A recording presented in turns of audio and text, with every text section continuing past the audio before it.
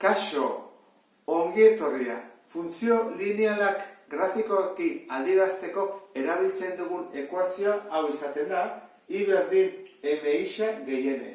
Hau, ekuazio orokorra da, zenbaki errealak dira A, B eta C, orduan da A isa gehi B, I gehi C berdin 0, baina grafikotan adierazteko hau da erabiltzen duguna I bakanduta dagoelako. Sinpleagoa da, kalkuluak eta egiteko.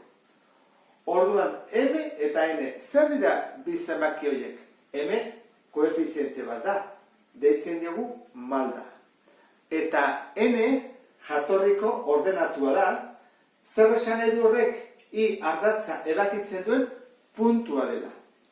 Adibidez, nahi baldin badut I berdin bostisa gehi bi delako funtzio hori pasatuko da bitik, hau baldin bada I, hemenik pasatuko da. Derrigorrez. Eta malda bost da. Orduan, malda baldin bada, adibidez, 0 baina handiagoa, malda gorakorra izango da. Baldin bada 0 baino txikiagoa, beherakorra. Eta malda baldin bada 0, konstantea. Horrek esan nahi du, adibidez, bost isa gehi bi, esan dugu, bitik pasatzen dela, eta positiboa denez, gorakorra izango da, horrela izango da, honen adierazpen grafikoa. Zuzen bat, goruz doana, eta bitik pasatzen dena. Zer gertatzen da, malda bost izan berrian, baldin bada 10. Eta bitik pasatzen dela, nola malda handiagoa den, balio absoluto handiagoa den, horrek esan edu, malda handiagoa dela. Hora izango izake. Malda handiagoarekin.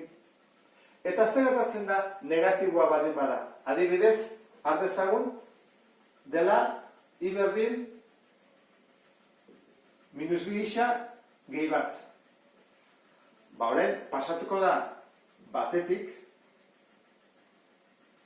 baina negatiboa denez, beraka joango da, joango ditzake horrela. Eta izan berrian minus bi, baldin bada adibidez, minus 10, isa gehi bat, pasatuko ditzateke baita ere batetik, baina nola balio absolutua handiagoa den, malda handiagoa da. Orduan izango da horrela. Horrean ikusiko dugu, zer gertatzen den malda 0 denean. Pentsa ezagun, pasatzen dela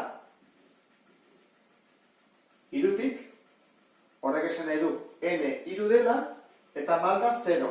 Izango ditzake horrela.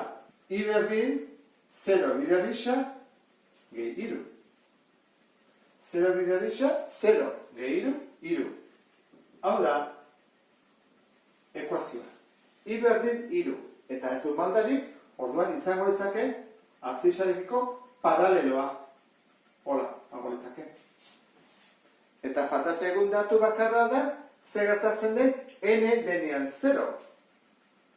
N berdin 0 baldin bada, jatorrizko ordenatua ere 0 da. Horrek esan edu, hemetik pasatzen dela.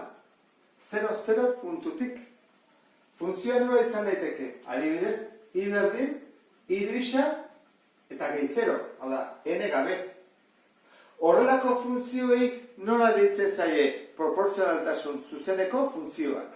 Izango litzake adibidez horrela.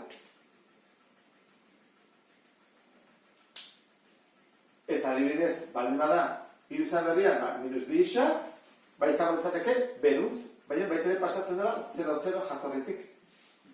Minus bi isa izan berrian, I berdin minus 6 isa izango balitz, horrek esan nahi du, malda handiagoa duela, baina beherakorra, negatiboa delako. Adibidez, horrela. Zerotik pasatzen da, eta beruz doa. Eta sarrera honekin, oinarria behintzat ondo ulertu duzulakoan, beste bat arte. Agur?